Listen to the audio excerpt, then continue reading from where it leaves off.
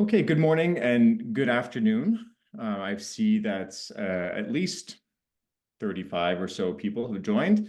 Others may join shortly, but I think in the interest of time, we'll get started. Um, thanks very much to everybody who's made time to participate today and attend. Really excited for this discussion. And one of the reasons we decided to launch this webinar series, which hopefully this is just the first of several more, is that AI risk and regulation has been such an incredibly popular and important topic globally.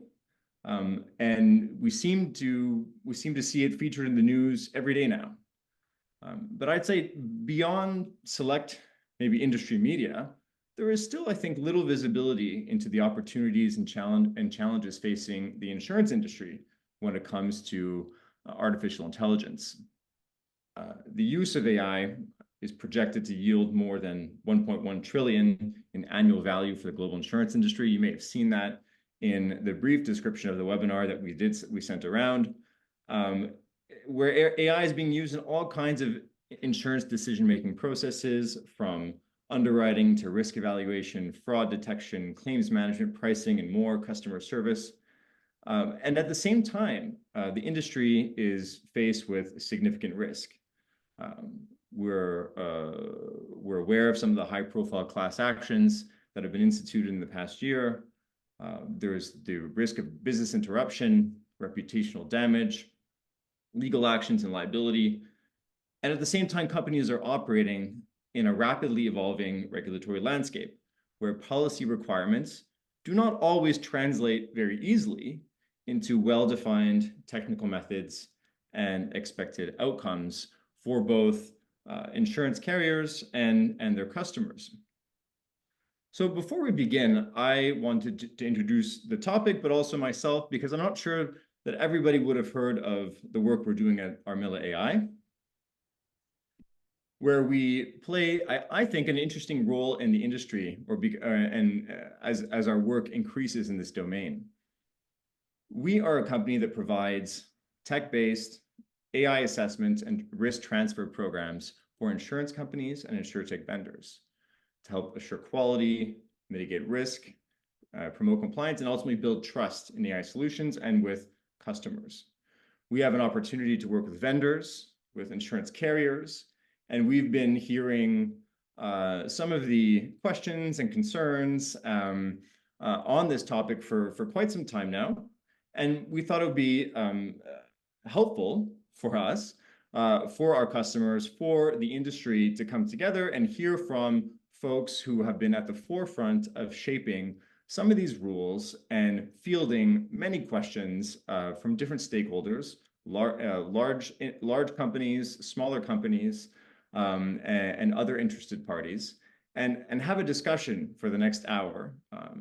The goal is for it to be informative, but I'm not sure that we'll be able to get all the way down into some of the very important details, which we do plan to save for more targeted discussions in the future. So I mentioned this at Armilla. We have essentially two core solutions for the insurance industry, helping them to automate and scale AI model assessments. And then we've also partnered with some reinsurers, Swiss Re, Chaucer, and Greenlight Re, to provide a warranty on top of these assessments where we can actually guarantee the KPIs that we've measured, whether they're performance or fairness, and provide that on top of our assessment offering for either vendors or enterprises. So we've had very robust discussions about some of the challenges of assessing AI models used in the insurance industry, both with vendors and with carriers, all the way down to the very specific metrics and KPIs that people are expecting of these systems. Before we begin, I just wanted to say a couple words about the trends and the key topics and regulatory developments in the geographies that we're going to be covering today. This is a look at three geographies in particular: the EU, the UK, and the US, where there are diverse regulatory initiatives underway. And I think we'll see that despite their differences, there are some very common themes and objectives that these different regulations and policies are advancing, with very similar expectations for insurance carriers' use of AI or for insurtech vendors.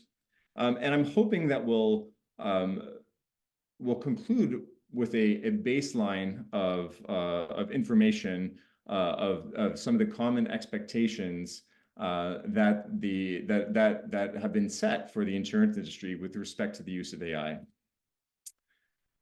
So the first topic of discussion will be we'll hear from Dennis Noordhoek, who is the Director of Policy from the Geneva Association, and he will walk us through some of the key elements that relate to regulation of insurance in the European Union. For those of you who are familiar with the EU AI Act, you may have seen a pyramid like this, but essentially this is a model of the risk-based approach to regulating AI that the EU has undertaken, with the EU AI Act coming into force, and different obligations existing for different developers and providers of AI systems, depending on the category of risk. Insurance was actually a late addition to the high-risk category that you see at the second to the top on this page, and that entails more specific assessment obligations for insurers' use of AI in the context of health and life insurance. There is also different obligations for general-purpose AI models, and when they are used in that high-risk context, so-called high-risk context for life and health insurance, those too will be subject to those series of requirements. So the EU has come out with a risk-based and yet fairly prescriptive regulation with detailed obligations for both third-party insurtech vendors and insurance carriers. Recently, in the UK, and we'll hear more about this from Charlotte Clark, who is the Director of Regulation at the Association of British Insurers, the UK has published its own approach, a pro-safety and a pro-innovation approach to AI regulation of financial services, also related in the context of insurance. And the UK, in contrast to the EU, has been leaning into sectoral regulation and leaving any adjustments that may need to be made for the regulation of AI and insurance to the sectoral regulator. So very much looking forward to hearing from Charlotte about what is happening in the UK in light of also this latest update and some of the work that she has done on behalf of the ABI in trying to inform this discussion in the UK. Next, we'll have Commissioner Kathleen Bahrain and Lindsay Koklowski from NAMIC, who will speak to us a little bit about the developments in the United States.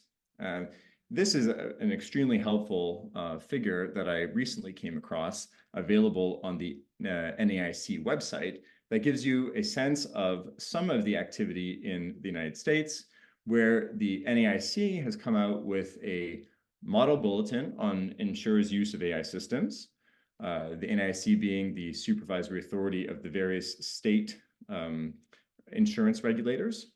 And you'll see from the states highlighted in red that these are some of the states that have already adopted that NAIC model bulletin into their own states.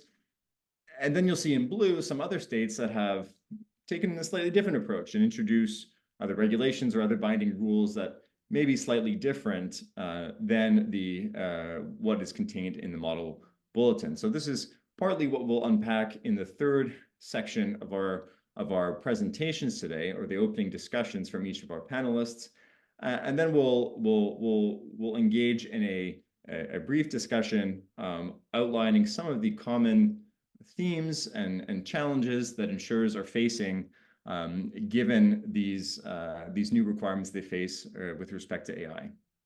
So without further ado, and just looking at the time, I think we'll move directly to Dennis. And You have a full description of the panelists' biographies in your program, so I invite you to refer to that. But Dennis, why don't you begin by just sharing a little bit more about yourself, the Geneva Association, and some of the work that you've been doing, and then before walking us through what you'd like to share about developments in the EU. Thanks very much. Well, thank you, Phil, and thank you to Armilla for inviting me to speak here today and to be here with you. So I work for the Geneva Association, which is a global insurance think tank, and we represent the roughly 80 CEOs of the largest insurance companies worldwide. So we've got a global footprint. I will be speaking about the EU AI Act today, but we're not just representing insurers from the European Union. That's an important side comment here.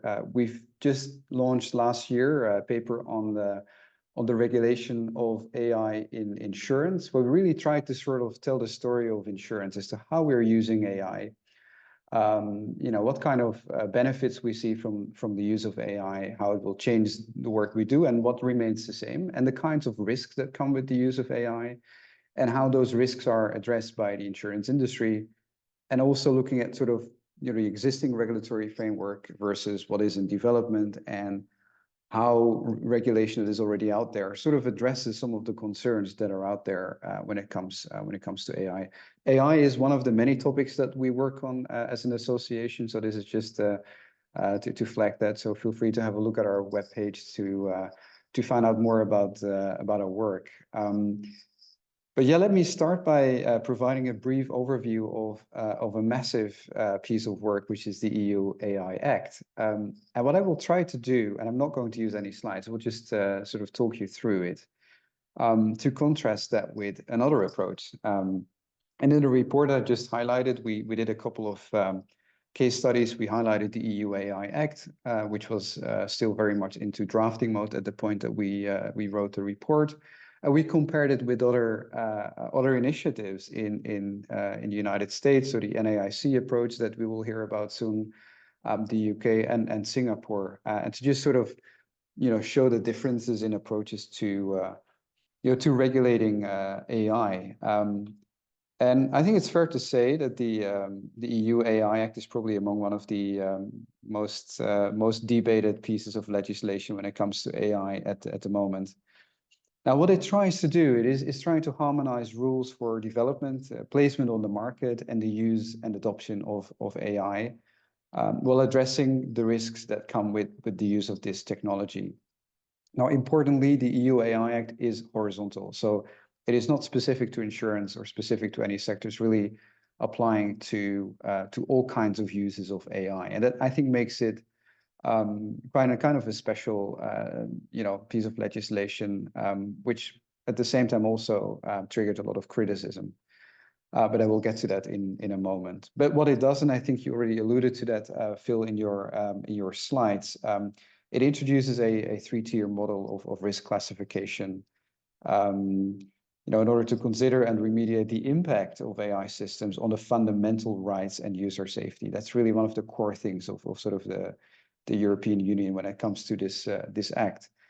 So at the top of the pyramid, you see the unacceptable risks. And these are applications that constitute a violation of fundamental rights. So this could be systems that manipulate people, do social scoring or biometric identification. Then we have high risk. And I think in our context today, this is really, really relevant. These are the systems sort of that impact on health, safety, or fundamental rights, and thus they must comply with additional regulatory requirements. And then there is the lower risk category. So these are applications that do not meet any of the criteria of the other two buckets, but can still present sort of a kind of a risk, and therefore still are within scope, but of course subject to different kinds of requirements. Now, let me try to tell you a little bit about the journey of the EU AI Act. And I think particularly over the last couple of months, this has really reached significant milestones. So it was agreed in negotiations with EU member states in December 23, and subsequently approved at the European Committee level and in the European Parliament, I think on 13, and there was a final vote in Parliament on the 13th of March, so just a month and a half ago. Now, currently, lawyer linguists are still checking and reviewing the text, and the act will enter into force on, it's about usually 20 days after publication in the official EU journal. We expect this to happen around summer, so before the summer recess, and it then takes about 24 months for it to be fully into force. There are a couple of exceptions. So after publication, the bans on prohibited AI applications, they will apply already 6 months after publication. Then we have general purpose AI rules. They will enter into force about 12 months after publication. And the obligations for high-risk systems, which are relevant for certain AI applications in life and health insurance, 36 months after publications. But how did we get to the point where we are today? The European Union AI Act was introduced by the European Commission in 2021. And as I said, it aims to regulate the use of AI across different sectors, including insurance. The aim is to safeguard AI system safety and ensure compliance with fundamental rights and to foster a unified market for trustworthy AI applications by using a risk-based categorization. Now, specifically in insurance, the Act addresses high-risk AI applications, introducing what we would call a stringent regulatory requirements around risk management, data governance, transparency, and human oversight to mitigate risks that are linked to AI-driven risk assessment and pricing decisions within insurance. Now, one of the things that is really important, the sort of initial definition of AI that was in the Commission's proposal in 2021 was really broad. And this raised a lot of concerns within the insurance sector. Now, just recently, the Act or the definition of AI in the Act was aligned with the overhauled OECD machine sort of definition of AI with a focus on machine learning aspects. And I think that is quite positive. So it sort of narrows down the kinds of applications that are potentially within scope. Now, of course, we as an association have, and also in light of the report that we produced last year, talked to different stakeholders in the sector. And I think that, sort of the message we got was really like, well, look, we are a sector that is quite significantly regulated already. And there is, of course, a preference for the use of AI by insurers to have this supervised by insurance supervisors and regulators as they understand our sector better than anyone else. Let me also quickly elaborate on the whole insertion or the notion of high-risk AI applications in insurance, as this has seen a lot of refinement over time. Initially, insurance did not appear in the draft of the Commission, but it was brought in subsequent rounds of negotiations, whereby, at least to my understanding, the initial classifications broadly labeled the entire sector as high risk. Luckily, this has been narrowed, at least in the final draft that is out there. So specifically including life and health insurance or certain AI applications in life and health. And this is due to their significant impact on individuals. So this adjustment sort of aims to better address the concerns of potential exclusion and discrimination, suspected from AI-driven risk assessment and pricing decisions. So this is really in a nutshell around sort of the EU AI Act. Of course, there's a lot more we can talk about. Now, let me just try to link this to some other developments. So what we did in our recent report on the regulation of AI in insurance, we highlighted that for the insurance sector, a sectoral approach will be more appropriate compared to the horizontal cross-sectoral approach that is being taken in the EU. Now, one of the main reasons being that many of the risks we are concerned about in an AI context, we already talked about bias, discrimination, unfair treatment of customers. They're not necessarily new to insurance, but with AI or the use of AI, they just appear through a different lens. Now, in many jurisdictions, existing regulatory frameworks are developed in a technology neutral manner and can also be applied to the use of AI. And we've seen this can be done through issuing bulletins or guidance by the supervisory regulatory authorities. And a number of jurisdictions, including Singapore, for example, has followed such an approach whereby the existing sectoral regulatory framework was leveraged by issuing guidance. And so this approach to AI in insurance is not about crafting regulations specifically, but offering guiding principles and practical advice to existing regulation. So the Monetary Authority of Singapore, actually in collaboration with the industry, developed the FEED principles, so fairness, ethics, accountability, and transparency principles already in 2018. And they aim to sort of ensure the responsible use of AI across the financial sector. Now, to bridge the gap between principle and practice, they actually came up with what they call the Veritas Consortium, which is a collective of about 30 firms, at least at the time when we did our report, from both insurance, banking, and tech sectors, with the goal to create methodologies and tools for these institutions to apply the principles, the FEED principles, in an effective and successful manner within the insurance industry. So let me stop here and turn back to you, Phil. Thank you very much, Dennis. So thanks for taking us through that, some of the timeline, but also the structure of the act, scaling obligations depending on level of risk, with one of the key takeaways being the high risk category does apply to AI or Gen AI based tools that are used in the context of life or health insurance. And for those systems, there are more stringent obligations, including conformity assessment with the requirements of the act, which include various governance, risk management, quality management, and model testing obligations. So,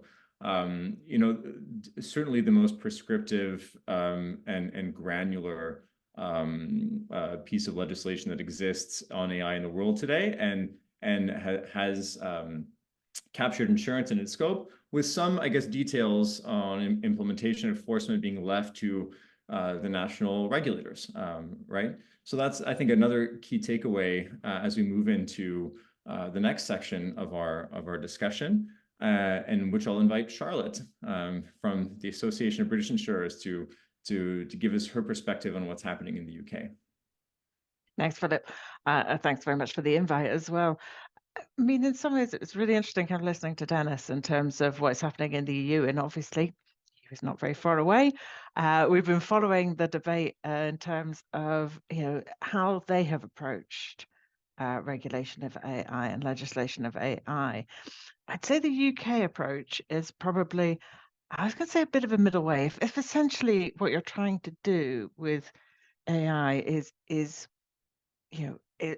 how do you exploit the innovation? How do you exploit the kind of growth that AI can bring, the improvements that they can bring to customer services, to efficiency and effectiveness within firms? There's a lot of focus on that within the UK. At the same time as how do you do that in a way that protects consumers? And as you said, we don't have at the moment, we don't have any kind of cross-sectoral kind of AI legislation. We do have legislation, things like data legislation and other things, which are obviously very, very relevant. But what the UK government has kind of the approach it has taken is to say to sectors, what's your approach here? Well, how do you want to do this? And I suppose in financial services, so financial services regulators as a whole, the regulators have basically taken the view that AI is a tool, and the way that it is used within firms has to be in line with other guidance, has to be in line with other regulation. So not trying to kind of think, right, well, we need new rules here, but how do we ensure that the way that AI is brought within firms sits within the current frameworks? I think there's an open question as to whether or not, as AI develops, whether or not that will continue, whether or not there will be broad cross-sectoral AI legislation. But at the moment, we're kind of taking that sectoral approach. So our regulators, we have a conduct regulator and we have a prudential regulator. And I mean, I think what they've been doing is kind of outlining their strategies. And in some ways, some firms, I think, are finding that incredibly helpful in terms of, right, well, this is quite principles-based. So, we understand, hopefully, all firms understand the current regulation and legislation.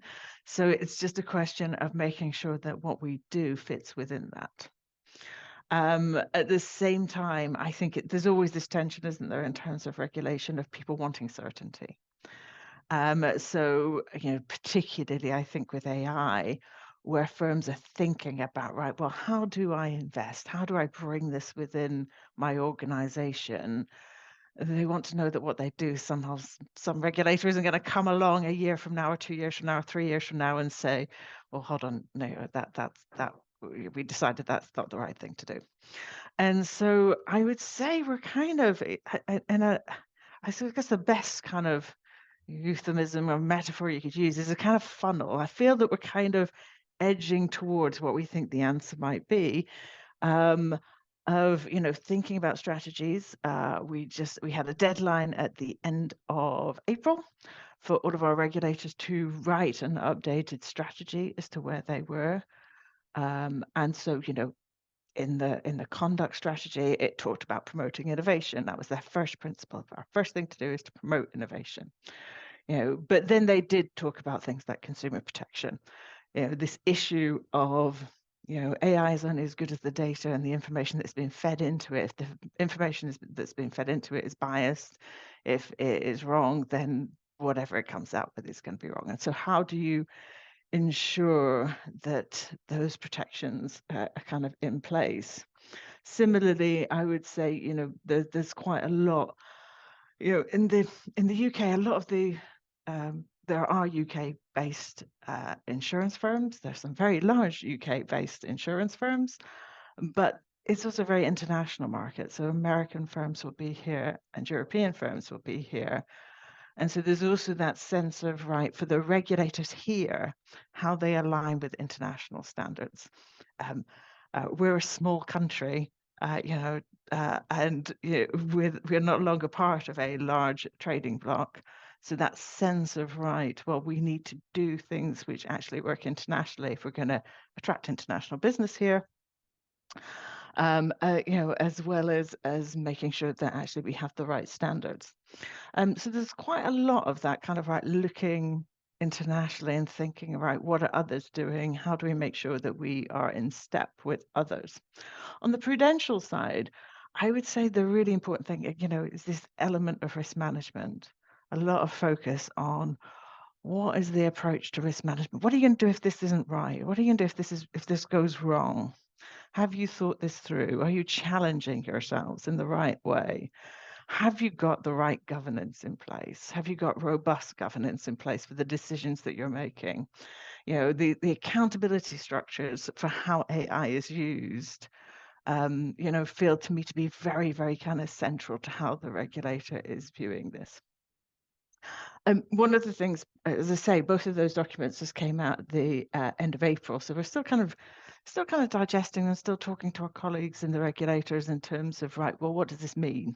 Are we moving towards new regulatory rules? Are you guides for how this might apply, for how consumers are treated, or different things like that? But we're letting them have at least a week off before we kind of bombard them with what's the next thing that's going to happen. But one of the things that we have done this year is, I guess what we get from our members is, wanting it to be practical. Can we make this as real as possible? And so we published earlier this year a guide to kind of AI for insurers. Some of our very large members, I was going to say they could take care of themselves, but clearly they can't. They need to be our members. But these are big organizations that have teams that are really thinking through that.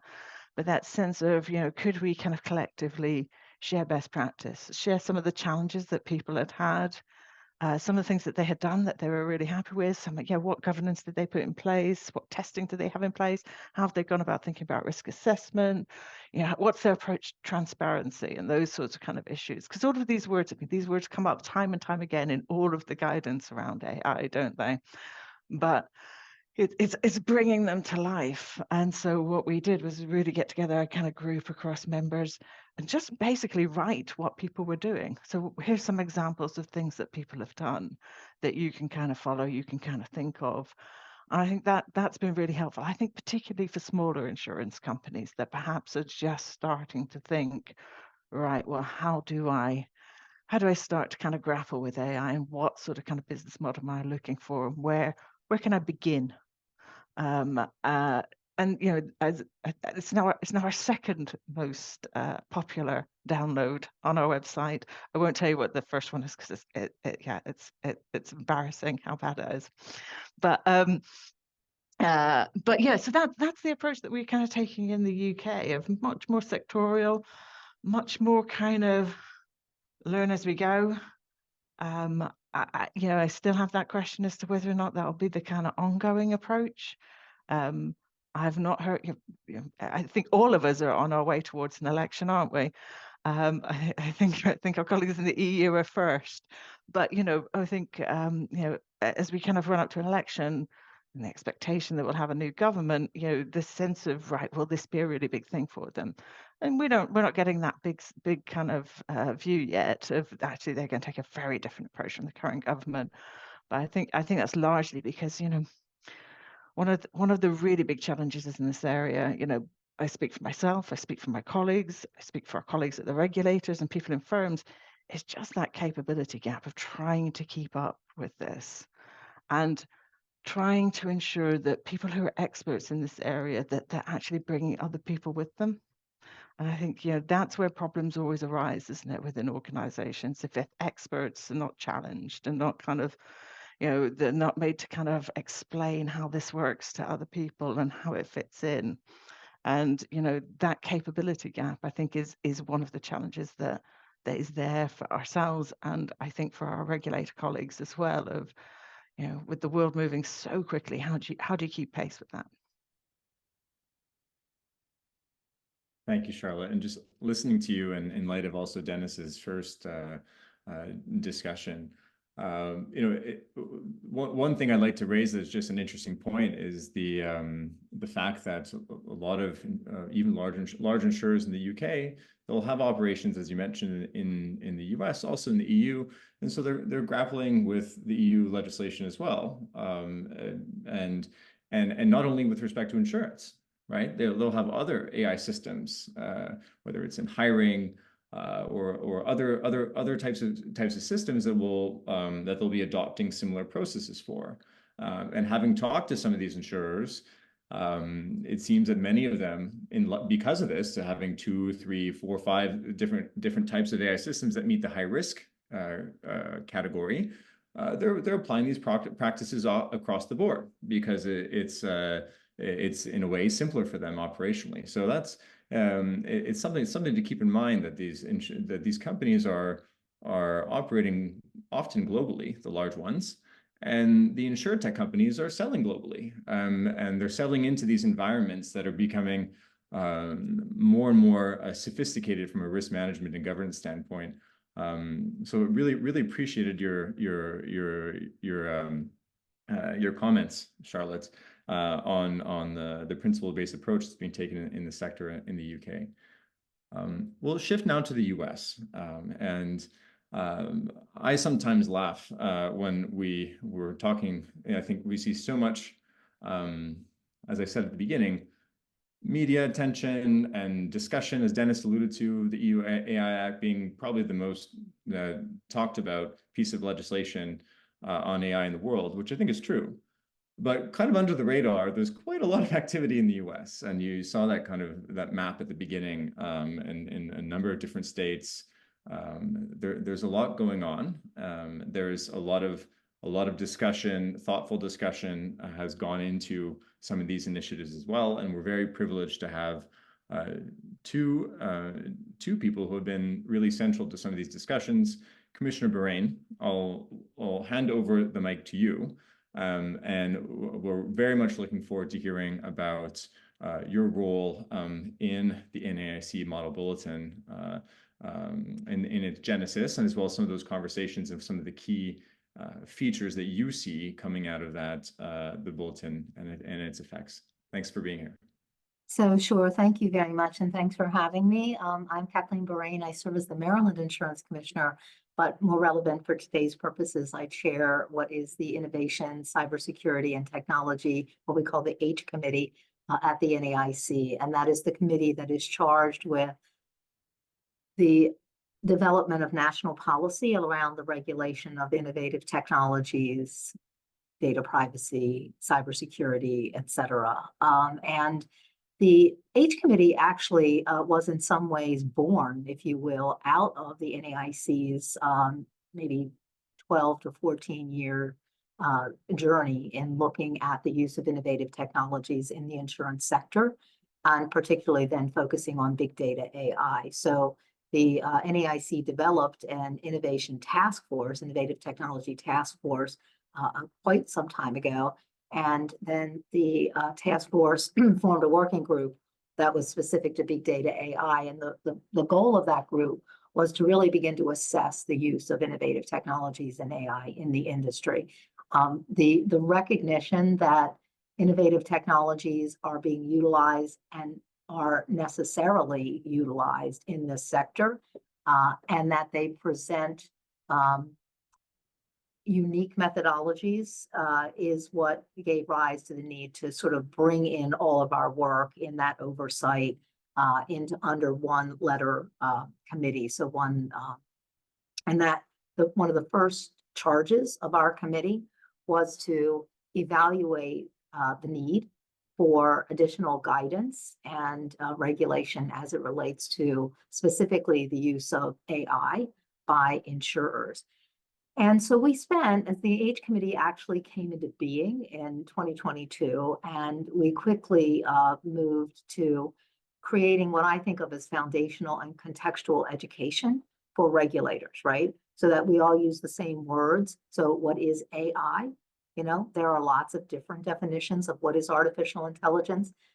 There are misunderstandings about, you know, what does the word bias mean? What does the word, what is, or should we all be afraid of algorithms? So you would have commissioners like, they're using algorithms. Well, a cookie recipe is an algorithm, right? In its most basic sense, it's formulaic how to do what. So what we really needed to do was try to make sure that we as US regulators were operating off of a similar playbook and understanding what are we actually talking about here.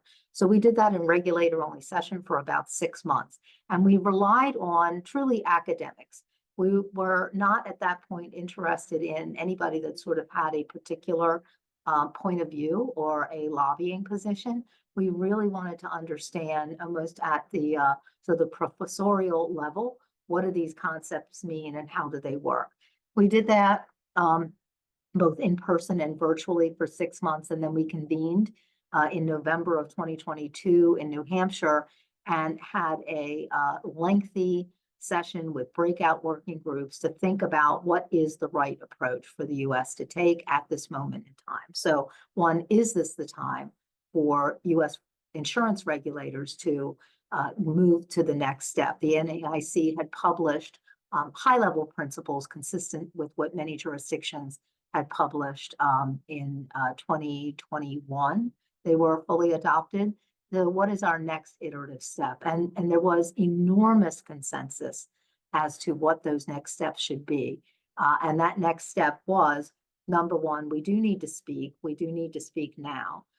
We need to recognize that, much as both Charlotte and Dennis spoke about, we actually have a set of rules that apply to the activities of insurance companies already. We have a very robust regulatory structure that is fairly consistent throughout the United States.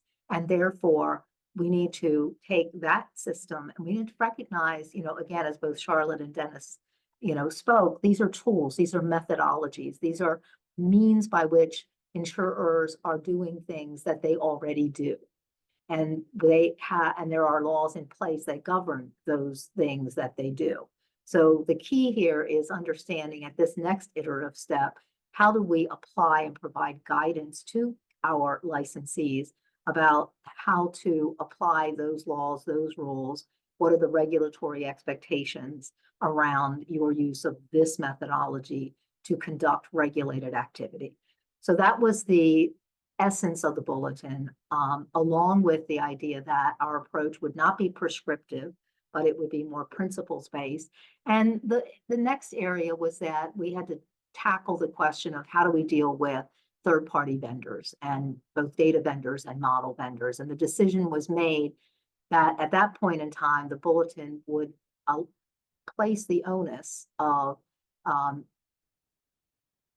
the use of those systems, and the outcomes of the use of those systems would remain with carriers, because, you know, they're non-delegable duties, right? Your ratings are your ratings are your ratings. You're not off the hook from a regulatory perspective because you use somebody else's model, right? You are responsible for your outcomes of your regulated behavior. So with that, we then engaged a working group, and within what felt like lightning speed for the NAIC, by December, we had a model that was adopted unanimously at the plenary session in December of 2023. Along the way, we had several iterations that were published. We were able to adopt and incorporate recommendations from a number of stakeholders.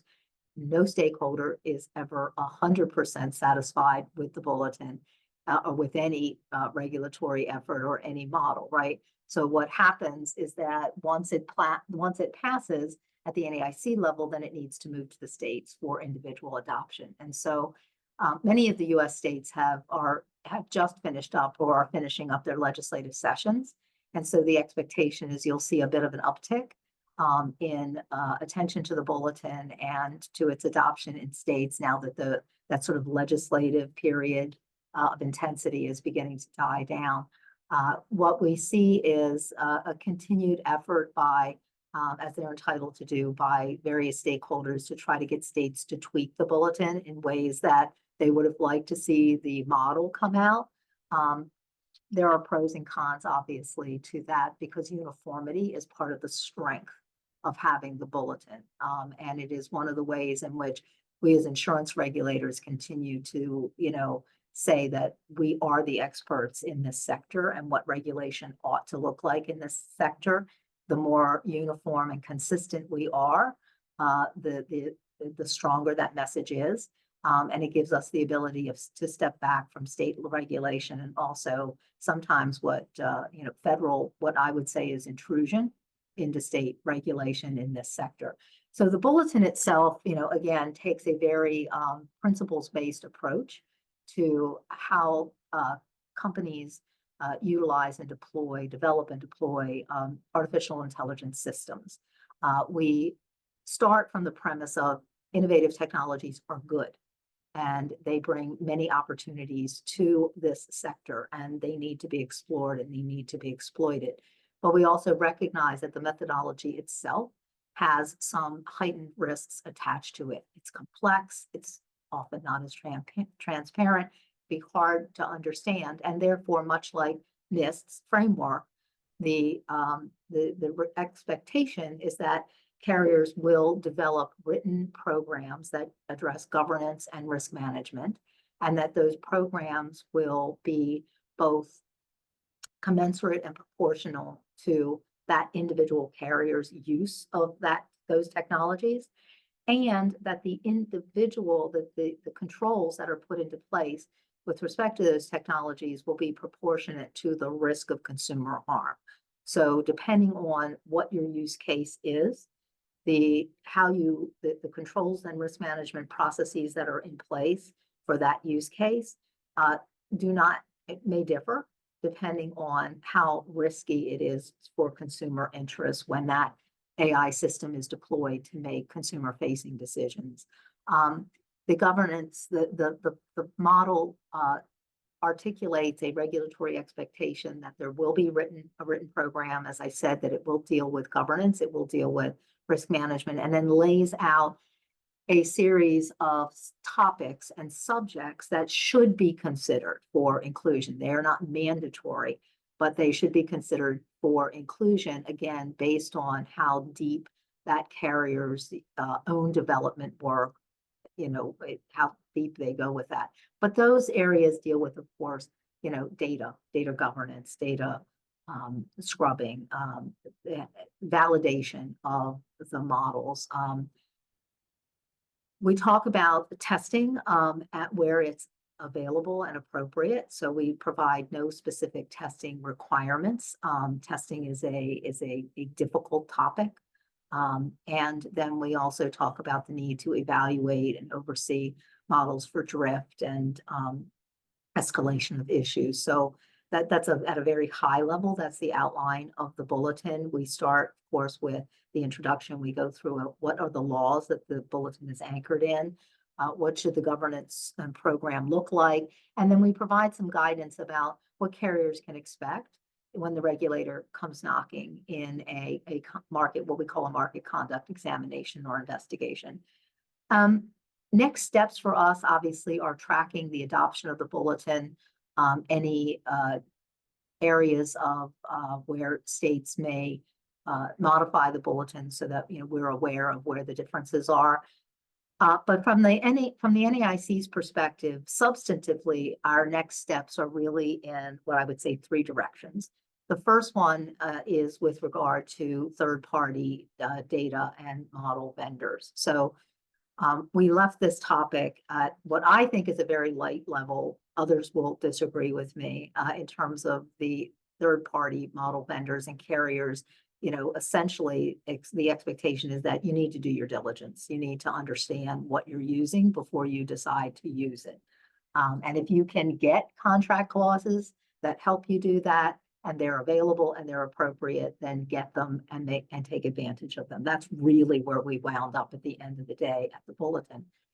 But we also have to recognize that we need to come up with a reasonable, rational framework for model adoption and the acquisition of third-party models. And so we don't know yet what that framework looks like or what those standards are, but there is a task force that is been set up, at least initially, as a 2-year task force. Its job this year is to evaluate what are the regulatory frameworks that would make sense for being able to qualify, if you will, models in some way. So are we looking at an ISO type standard, a SOC type standard? How do you get some sort of a seal of approval so that when you buy that model, at least, or you use that at a foundational level, there is a level of comfort, particularly for small and medium-sized carriers, that they can use that model with a sense of security,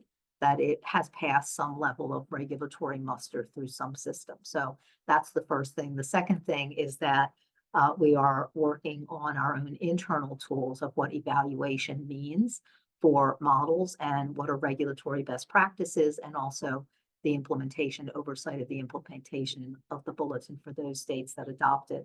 And then finally, what you will see at the H committee is going to be, when particularly within big data AI, are the next levels of conversation around testing, around explainability, and around transparency. So what does that mean in terms of consumer facing? So for example, the Society of Actuaries just recently in the US just recently published a paper on the statistical identification validation of bias within models. And so you'll hear a presentation on that as the H committee begins to look at what is the evolution of these concepts within our industry, what is the use within our industry, and do we need any additional guidance or any additional regulatory activity? The main answer may be no, but the goal is to begin to do deeper dives into those areas and to start that this year. So I think that I will leave it at that and either turn it back to you, Phil, or turn it over to Lindsay. Thank you so much. And before we just go into Lindsay, I have a couple observations that I have.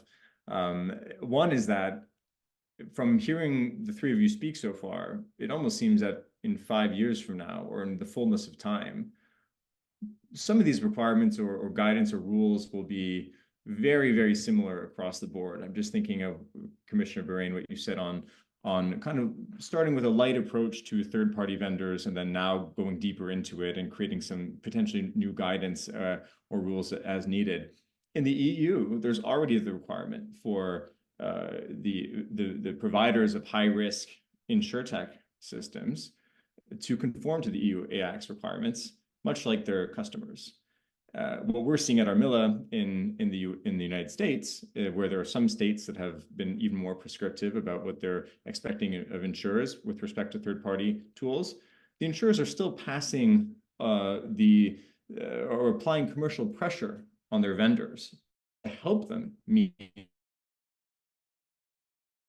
the new requirements and regulations. So the insurance today, it's being passed kind of in a second order pressure to their vendors.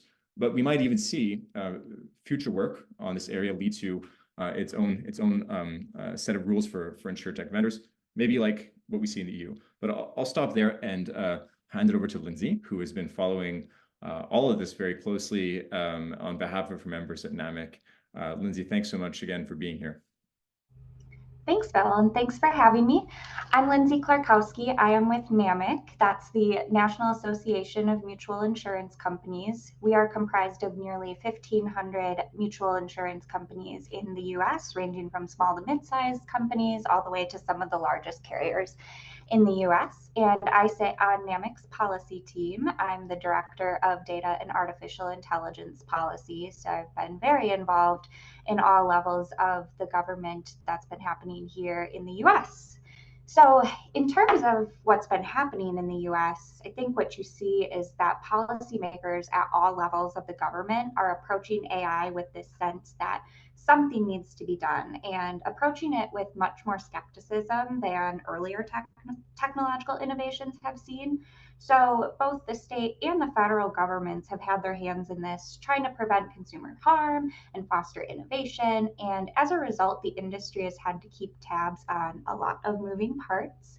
I'll start with the federal side. We've most recently seen from Senator Cantwell in the American Privacy Rights Act, the discussion draft at least, provisions that address algorithms. Now, you heard Commissioner Barain say earlier, I want to point out that this is addressing algorithms rather than AI, so keep that in mind.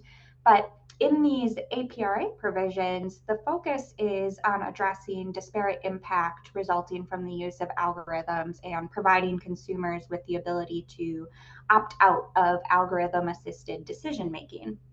Now, the APRA is an interesting example in that, again, that scope is incredibly broad by focusing on algorithms rather than AI.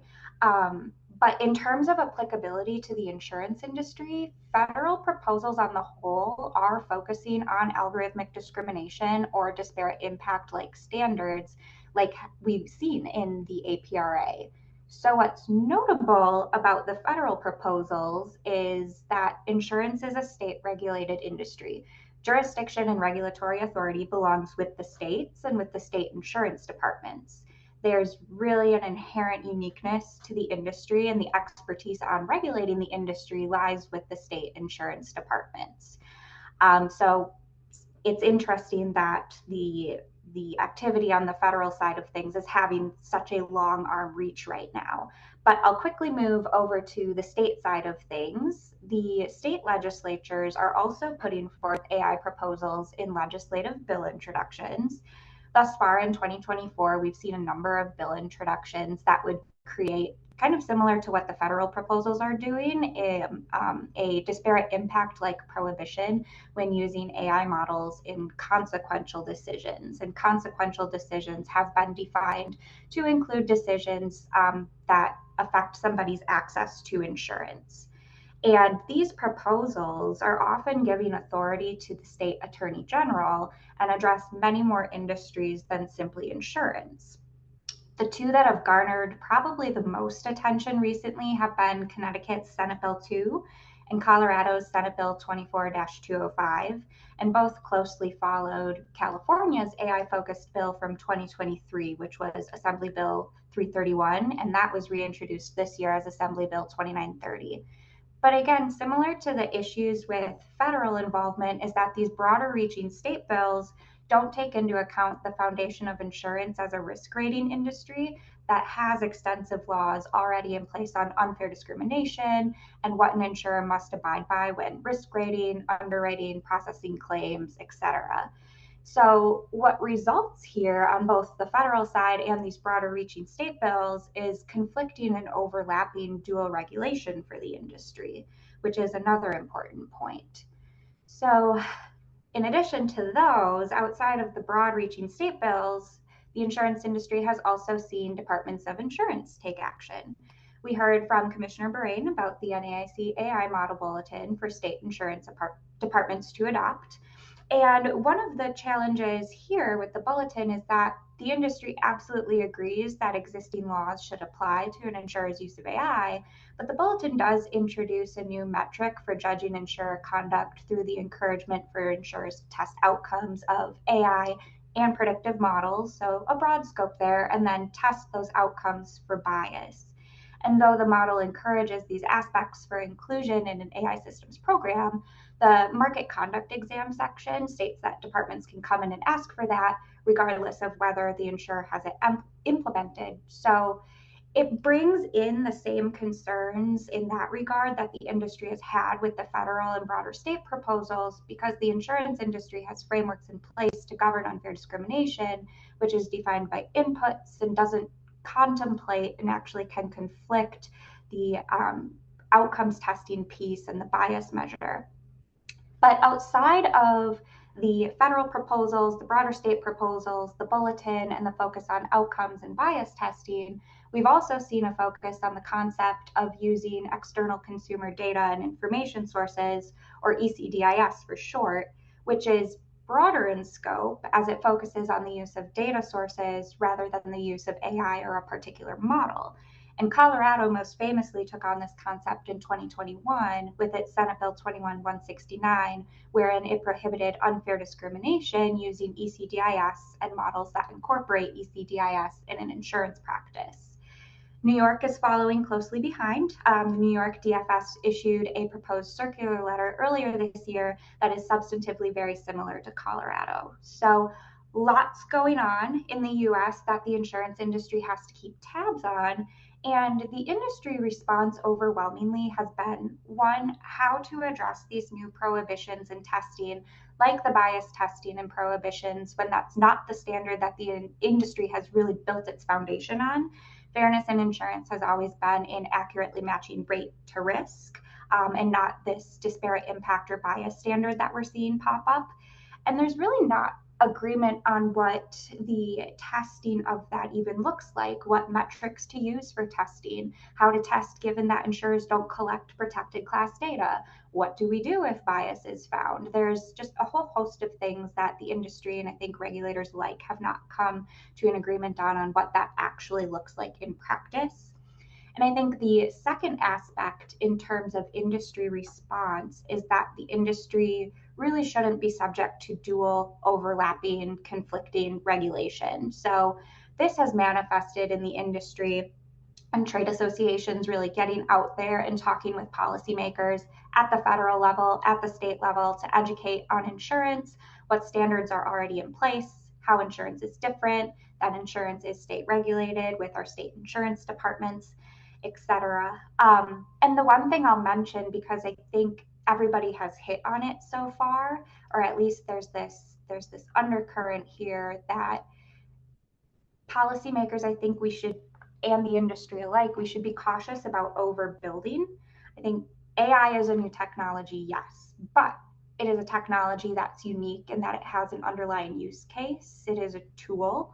So if there is a statutory or regulatory framework that exists today that governs the work or action of a human, that same framework can and should apply the same to that work being AI assisted or AI generated. These law applications don't change in the face of AI use.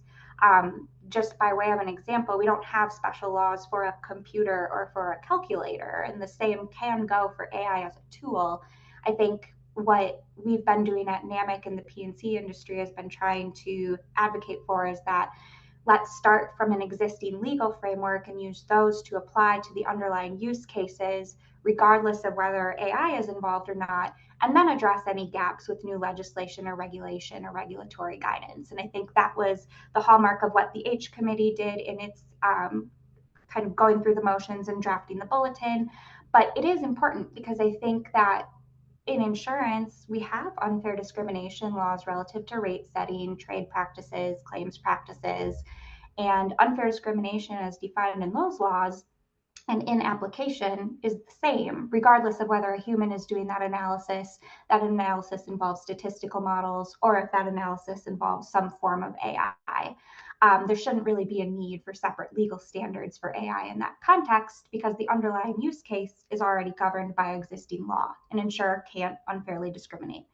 So this creation of separate standards for a use case simply because AI is involved starts to create a confusing and overlapping regulatory landscape that often results in dual regulation and really deviates from the hallmark of sound policymaking and ensuring single and certain standards. And there's a lot that the insurance industry can benefit from, and consumers alike, with the advent of AI and how it continues to advance. So I'll pause there, Phil, and turn it back to you.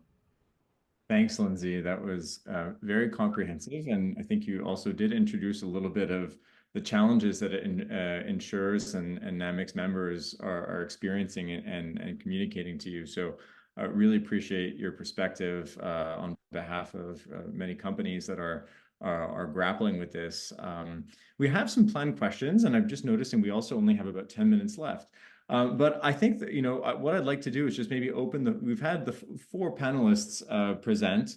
I'd really love to hear your own reactions to what was just discussed, beginning on maybe some of the common themes that struck you, or picking up maybe where Lindsay left off with some of the challenges of regulating AI in insurance against a backdrop of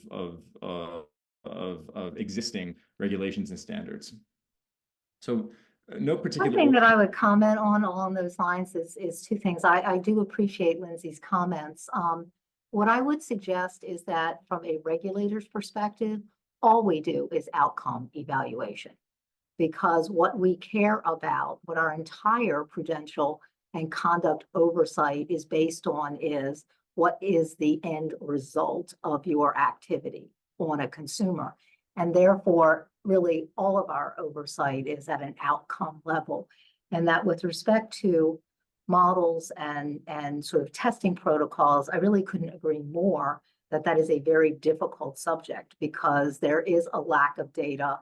The extrapolation techniques are not precise.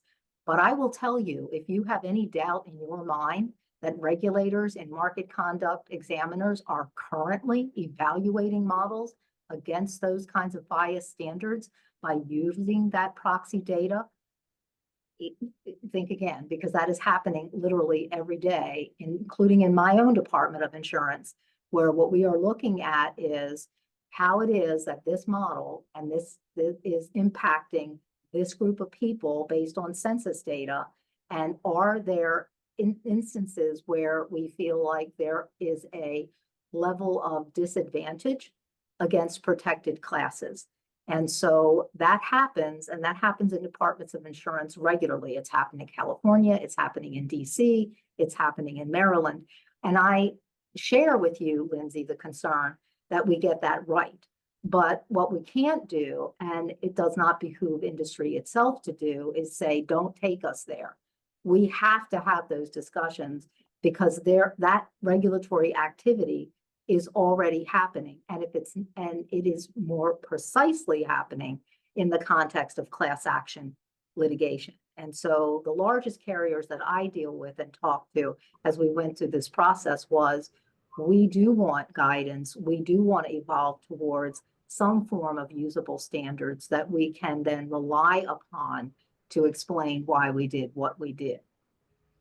Yeah, we fully appreciate that, Commissioner Burain, and our point on the bulletin and the bias and outcomes testing has been that the existing legal and regulatory frameworks, especially pertaining to unfair discrimination and risk rating, that unfair discrimination is defined by the input rather than the output. So a bulletin, which in all intents and purposes applies existing law to whatever it may be, this new technology or what have you, this bulletin in particular introduced a new metric for which there's not agreement on how to conduct outcomes testing, how to conduct bias testing. There's some very practical limitations on how to even do that, given that insurers don't collect the protected class data. And the fact that that was introduced through a bulletin that's now getting adopted with a lot of speed in the States is creating a lot of confusion in the industry, because there's not agreement on how that should look like, what that should look like, because the hallmark thus far has been what insurers have abided by and the existing legal and regulatory frameworks, and submitting things for rate review and to the departments to go through a very scrupulous review, as you noted. And this is just a new metric for judging their conduct, and there's not a lot of agreement on what that should look like, and there are practical challenges, is all I meant by that comment. So Phil, I'll turn it back to you. Yeah, if I may, I think the discussion really highlights, from our perspective at Armilla, something that we see companies grappling with questions about how to test for bias when the availability of demographic data is scarce or non-existent, and which inferencing techniques are appropriate. Tying it back to the EU discussion at the beginning, and then I'll go to Dennis because I know his hand is raised. But this is an issue that is not specific to the insurance industry, testing for bias in the absence of demographic data. At Armilla, we see this in HR, we see this in health, we see this really across the board in industries where it has been against data protection regulations to collect this type of data. And there's other risks, privacy and security risks, that come when you do collect this data and make use of it for different purposes, or even so legitimate business purposes. The EU actually created an exception that enables the collection and processing of sensitive personal information for the purposes of bias mitigation in a high-risk system context. So it's kind of on the other side. Instead of saying, you're going to have to adopt inferencing techniques or data augmentation techniques, it's actually permitting the collection of this information, which of course introduced a whole other host of issues for the companies collecting and processing this data. So I'll invite people attending and to look at a recent post on the Armilla AI blog, but really that covers this. And we seem to be living in a kind of inherently imperfect circumstances with respect to fairness assessments of AI systems in insurance and other industries as well. Dennis, why don't I turn it over to you? Thanks, Phil. I just wanted to react to two things that were said. One was from Charlotte around the capability gap, which is a massive problem, as you said, for the industry, but also for the supervisory regulatory community. Now, linking this back to the European Union AI Act discussion, one of the outcomes, one of the things that is now arranged in the Act is that the supervision is with what they call national competent authorities. For the insurance sector, this means that these are the insurance supervisors in the respective EU member states.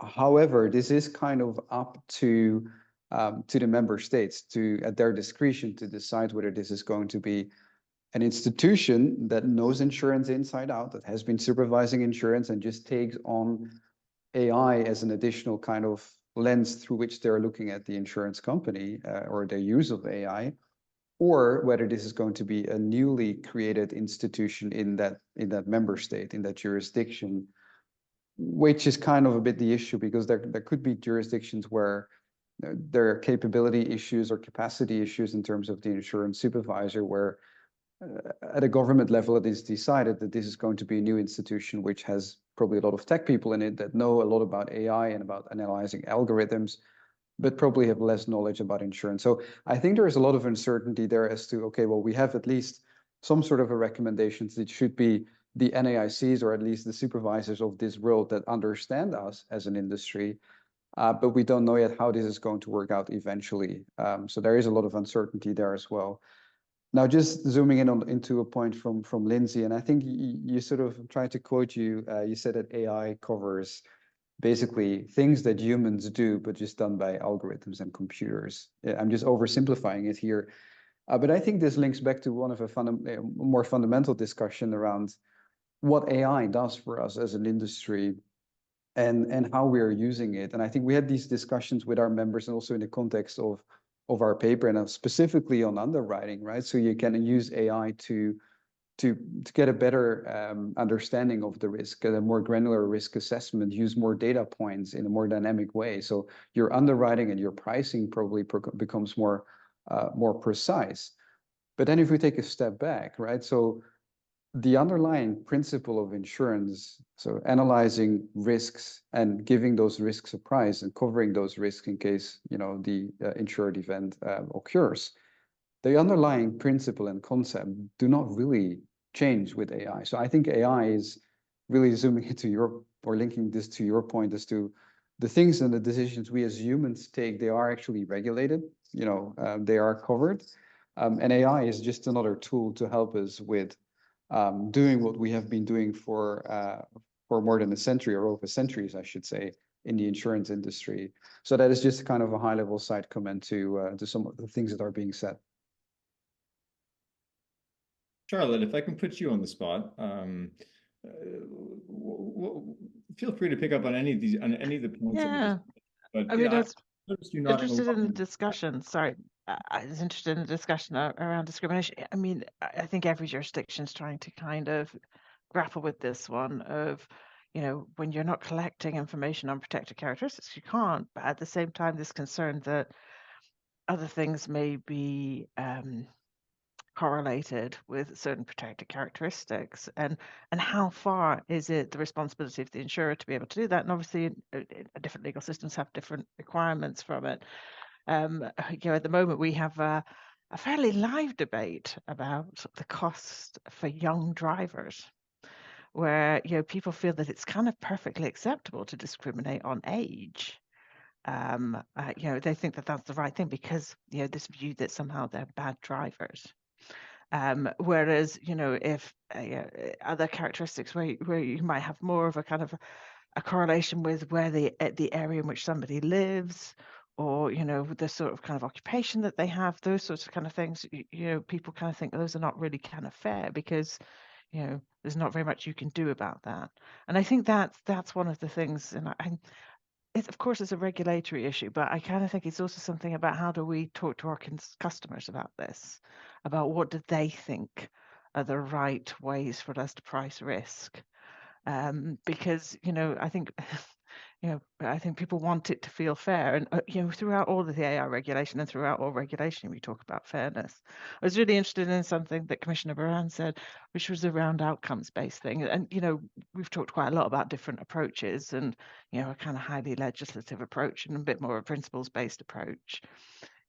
I think you're right. Ultimately, we will have almost all end up in the same place, won't we? In terms of how AI is regulated, the route that we get there will be slightly different because we have different legal systems, we have different political systems, we have different political appetites.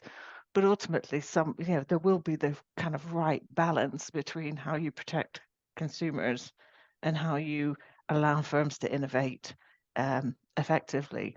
I guess it's, you know, it's one of the things that's kind of interesting about the conversation, isn't it? Is how do we learn from each other at a time when we're trying to learn quite quickly. Thank you, Charlotte. I'm noticing that we're at time, and also that the moderator of this panel failed to enable the chat or the Q&A. So sincere apologies for that. Feel you as punishment, I'll accept your questions by email.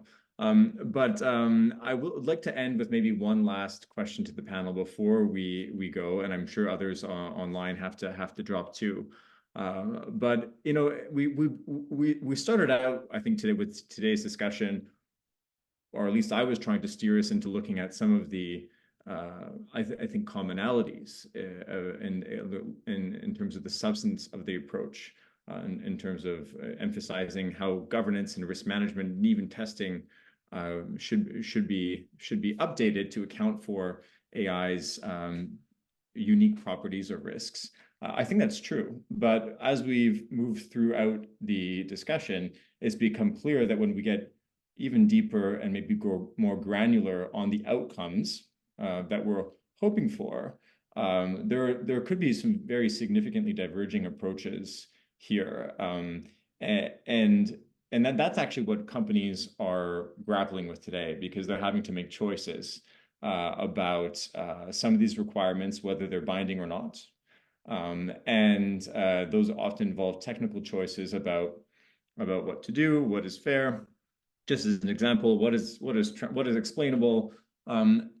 So on any of these topics, as we conclude, I'd like to ask each of you to just share some advice or recommendations you might have to companies, whether in the US, UK, EU, elsewhere, surveying all this, taking into account the insurance companies or even insurtech vendors we have here in attendance today. What do you advise if you're particularly operating in multiple jurisdictions or selling into enterprises that are multinational? And then we'll close. I can go first. I think in terms of advice, I'd say watch what jurisdictions you operate in and then get involved in those policy conversations, because these conversations are live. They're happening now. I think what's come out of this conversation and what I think we've all seen and recognized is we're trying to figure things out, and the industry and regulators alike haven't come to an agreement on practically what this looks like, what this should look like. So these are live policy conversations that are going to set the tone for years to come, because this technology is going to be around and it's going to continue to advance. So I'd say pay attention to your jurisdictions and get involved in the policy conversation. Terrific. And I'll note Commissioner Bahrain's the latter part of her comments on ongoing discussions about third-party data and models as an example of a very live discussion. Commissioner Bahrain. So I would just say that what Lindsay said is very true, but for people who are inside the building and inside the business, having to make business decisions on a day-to-day basis, focusing on those folks, yes, you do have to have your government relations and policy folks that are working with policy makers to look at what's coming next or what shouldn't come next. But as you're deciding about how to conduct your business tomorrow, the two areas of thought I would guess is that, from my perspective, and I think the perspective of most regulators, whether we're in the US, whether we're in Singapore, whether we're in the UK, or whether we're in the EU, to different degrees perhaps, is that we care about the two ends of the black box. We care about what goes in, and we care about the impact of what comes out. And so the looking at what does data look like, what is your data governance, what are you able to see in terms of what that data is and how you are evaluating that data, and then what does your model do? Is it accurate? Does the machine get it right? And does it do things that you didn't intend it to do, but we can only see in broader patterns? And while I absolutely, having been an insurance regulatory lawyer for 40 years and having defended insurers in class action litigation all over this country on these types of issues, completely understand how difficult a process that is. In the hearts and the minds of compliance professionals at the largest carriers all over this country, that is what they are focused on, because they are concerned about the criticism of their outcomes of their use of technology in connection with not just regulators, but the class action litigation. And if there is one thing that is a major barrier to the adoption of certain types of AI by carriers, it is that fear.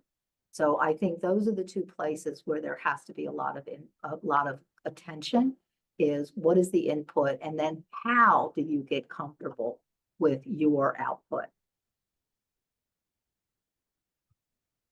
Thanks, Commissioner. Happy to go next, Phil, if I may. I just wanted to zoom into the class action fear in the terms of the adoption of insurance. I think in Europe we have the EU AI Act with the fear of massive fines of about 7% or 7.5% of your global revenue, or 35 million euros, whatever is higher. So I think the uncertainty around, how this is going to be applied in practice and who is going to oversee and supervise it, that is that is causing a lot of uncertainty around insurers, among insurers these days in Europe. And I think I just wanted to sort of close off my remarks with a couple of high-level recommendations that we put forward in our report. Might not necessarily be directly relevant for the jurisdictions here on the call today, but I think there are a lot of other jurisdictions looking at Europe, looking at the UK and the US, and see how they are going to sort of define and develop their own AI regulatory framework. So first of all, I think it starts really with the definition of AI. It should be as narrow as possible and focus really on the machine learning aspects of it.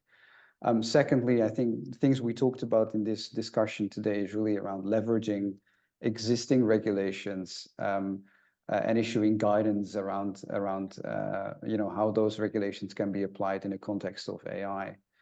I think another important point is really also the consideration of the reversibility of decisions in insurance. I think that's really also an important consideration, which is very different from AI in other kinds of contexts, I would say.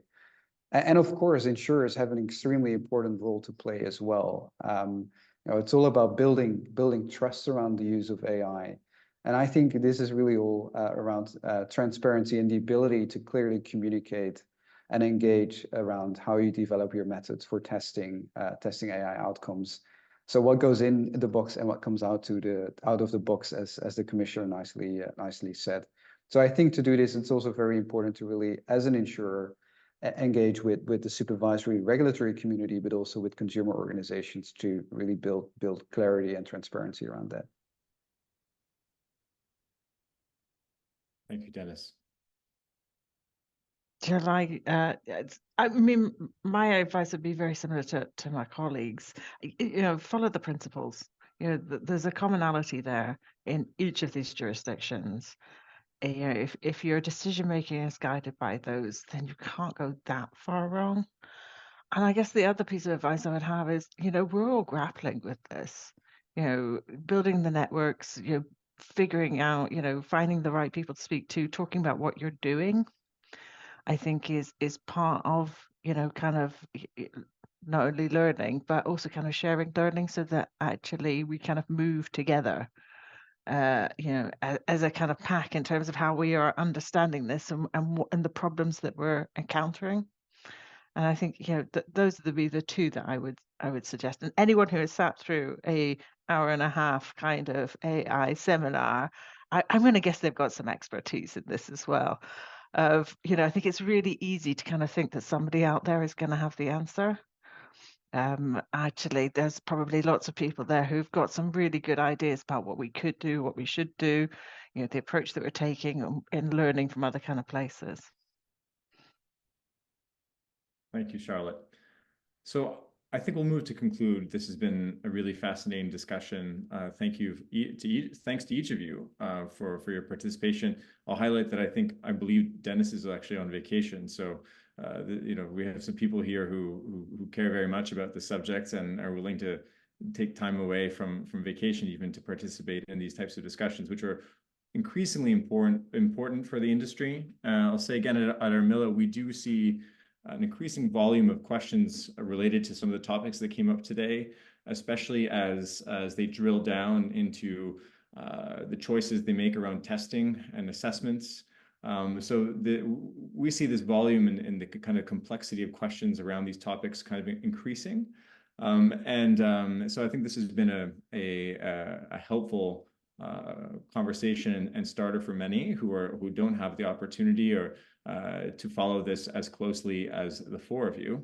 So thank you again for joining me. I really enjoyed working with you all. And with that, I think we can adjourn and look forward to keeping in touch. And I wasn't joking. So please do send your questions to me. I'll try and relay them to the right person. But thank you very much to everyone for attending. Thank you. Bye-bye. Thanks, Philip. Thank you. Thanks. Take care, Phil. Bye.